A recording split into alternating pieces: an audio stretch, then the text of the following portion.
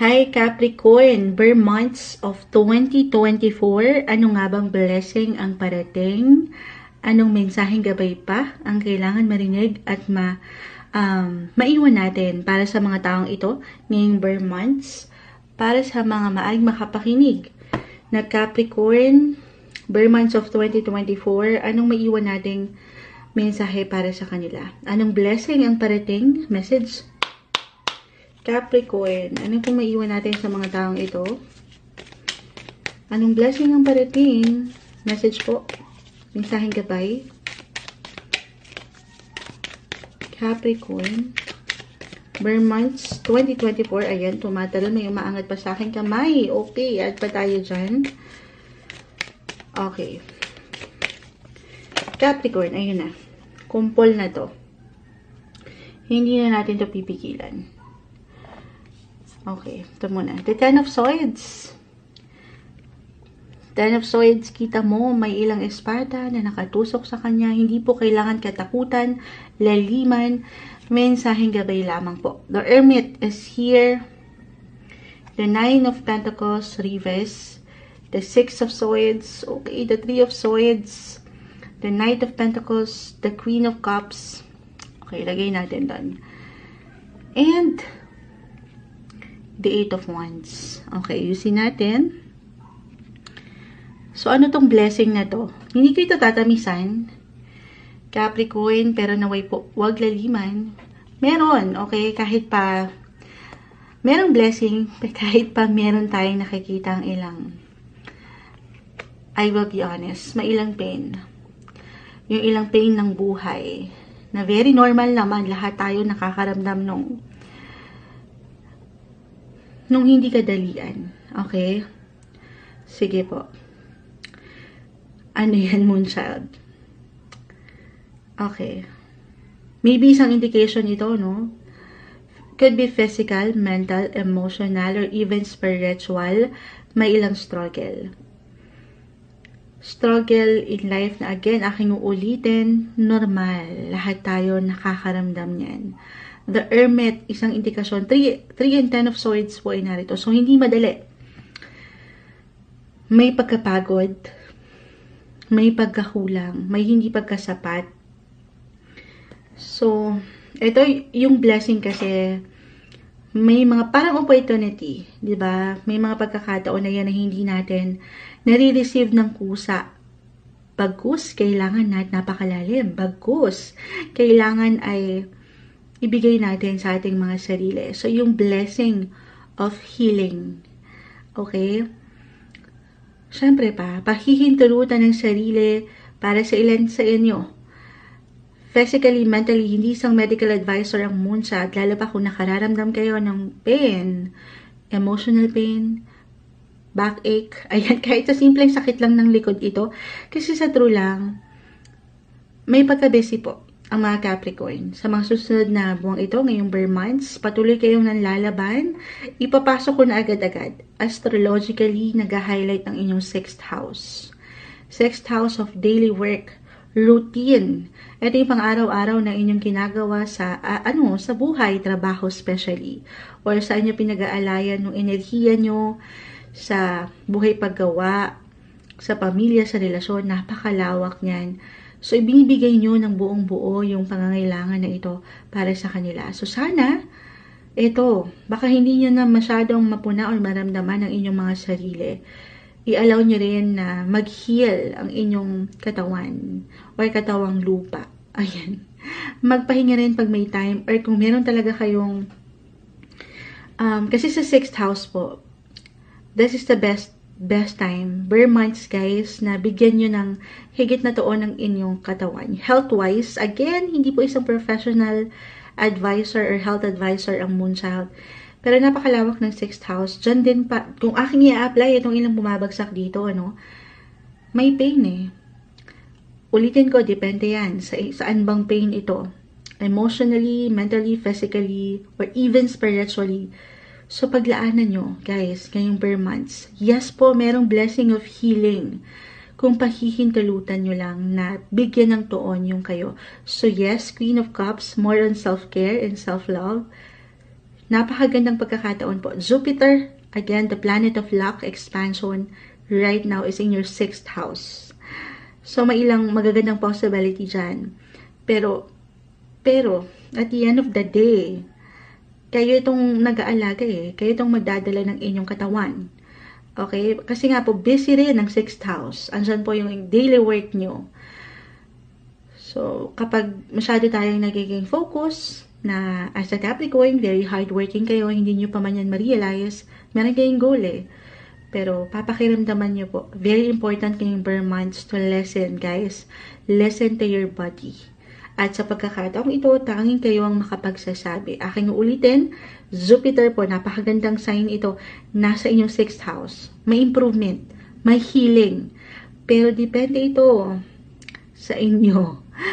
Lalo pa kung ngayon pa lang meron kayong visible pain na hindi madali. So, very important to check in on your health. Magpakonsulta sa mga professional. Okay? At yan po ay meron kayong gabay. The Hermit, ayan o, ito na yun, yung mentor na matatawag. Yung mga professionals. Yung higit na nakakaalam, magbibigay ng liwanag sa inyo kung pahihintulutan nyo lang. Unahin ko yun, yung blessing of healing. Meron po kung bibigyan nyo ng pagkakataon na tutukan ng inyong kalusugan. Okay? Okay. Actually, add ko to sa inyo. Bilang si Jupiter and Mars will align astrologically. Si Mars is the planet of energy. And right now, nasa 6th house rin siya. So, for some of you, maaring, some of you will undergo surgery. Again, additional lang itong na-mention ko. Kung meron kayong ilang procedure talaga, meron kayong susundin. Siyempre, paulitin ko, susundin nyo yung inyong mga doktor. Itong ilang health professionals na alam nyo makatutulong at makapagbibigay ng liwanag sa inyo. Physically, mentally, emotionally. Or, sa mas practical lang tayo, hindi kayo dito nag-iisa, Capricorn. Kung meron kayong dinaramdam, merong someone na pwede kayong malapitan or makatutulong po. The Three of Swords, hindi kasi madali ito. I will be honest, maaaring ang ilan ay may pinagdadaanan na very normal naman po. Okay, hindi kayo nag-iisa. Your feelings are valid, Capricorn. Gaano man yan, sa palagay mo ay parang baka ma-judge ka lang sa iyong nararamdaman. Hindi po. Communicate. Okay, express your feelings. Voice out your feelings. Speak up. Malaking bagay. At ito, merong liwanag. Merong nandyan para sa'yo. Hindi ka nag-iisa. So, nagiging malalim. Yung, kasi malalim. 10 and 3 of Swords po. Hindi madali. Pero may healing. Aking uulitin yung blessing of healing. Hi. Okay, eto tayo. Other messages. So, yung blessing of work, na-mention ko na. Yes, magiging higit kayong busy and productive ngayong Burr months. Pero still, blessing yan na maituturing. Yung blessing of work, hindi kayo mawawalan. Ayun lang.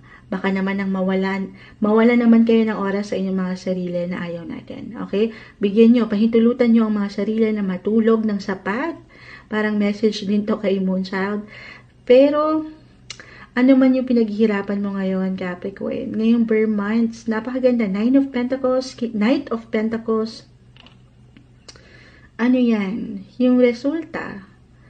Yung mga ginagawa nyo, yung efforts, yung sipag, yung tiyagayan po ay hindi napapaliwala. Definitely, i-claim na natin to ngayon pa lang na merong award. May bonus, may commission, may something positive potential pagdating sa bunga. Mamumunga ang lahat ng pinaghihirapan mo ngayon pa lang.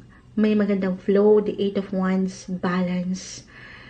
Actually, may pag-travel din ng ilan. Well, it doesn't matter kung ito po ay long or short distance travel.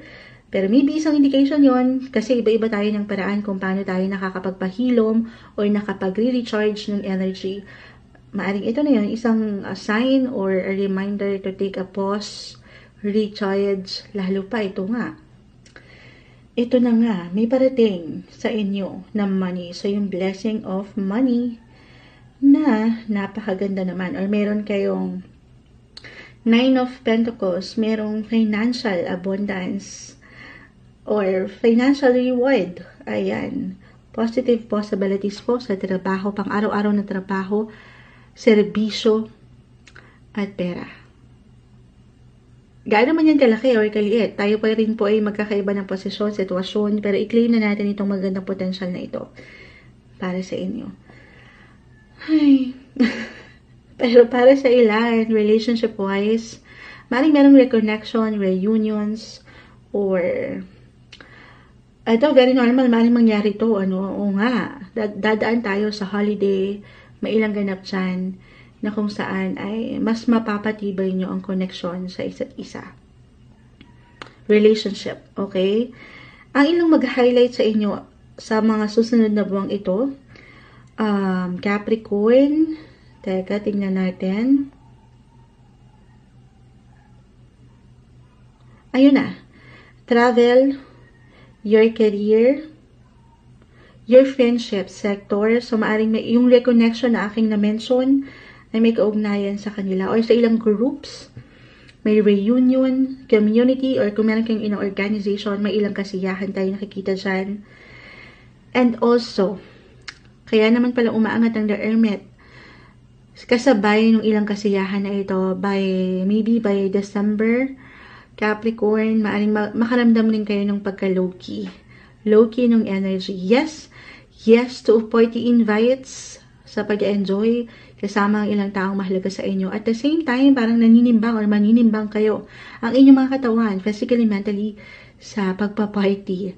So, balance is the key na hindi kayo nasasobrahan or nakukulangan para kasing dyan kayo maaring makaramdam nung pagkapagod din. So, pahintulutan ng inyong mga sarili na makapagpahinga. Ano pang blessing ang parating sa mga Capricorn ngayong bare months? Tingnan natin, mula sa ilang bumagsak, may umaangat dito, add pa tayo dyan. Capricorn, bare months, ayan, may umangat na dito. Uy! 2. Ito na yun, yung pinaghihirapan nyo, dyan po pumapasok yung hard-earned income. This is about your money sector. At 7, ang sipag ni 7 sa mga earth signs sa yung relationship, partnership, marriage. Could be about business, nag-highlight po dito 2 and 7. Pumapasok po kung meron man kayo. Para sa ilan sa inyo na merong negosyo, may magandang flow, maambunan ng biyaya, money, guys. Or for some of you, relationship-wise, maganda yung flow. Kung hindi ito mag-apply sa inyo mismo, Capricorn, at walang trabaho ngayon, then para sa ilan na married na or in a relationship, maaring maambunan kayo ng grasya. Maaring yung ilang messages about finances po ay mag-apply sa inyong mga asawa or partner na matatawag. At dito, syempre pa, hindi lang sila yung magsasaya, pero mabibiyayaan din kayo as a family. Okay, or eto na, ihabol natin. Bilang, yes, nandito ang 3 and 10 of Swords, may pagkapagod. Gayon pa man, iba-iba tayo nung healing. Diba? Nakita natin na merong blessing of healing. May paghilom ng ilang sugat, pero iba-iba pa rin po ng proseso ang bawat isa. Yung paraan natin dyan, kung paano natin pinahihilom ang ilang sugat.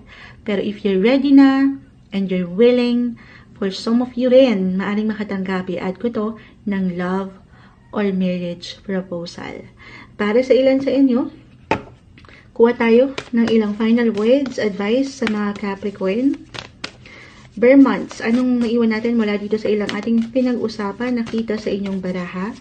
Capricorn, bare months. Ano pong advice? Capricorn. Okay, medyo mailap pa siya.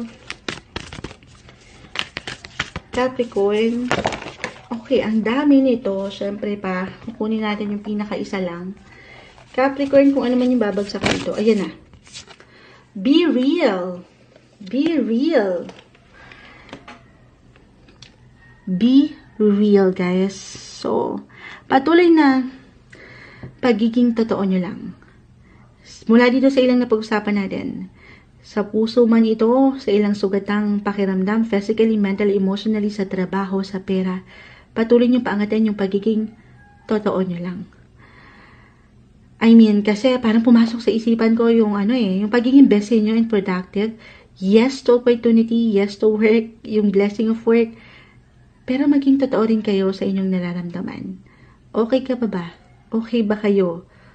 Capricorn, ikaw ang higit na makapagsasabi. As long as pinapaangat mo ang katotohanan lang, yung pagkawasto lang, wala tayong makikitang or nakikitang malalim na magiging problema.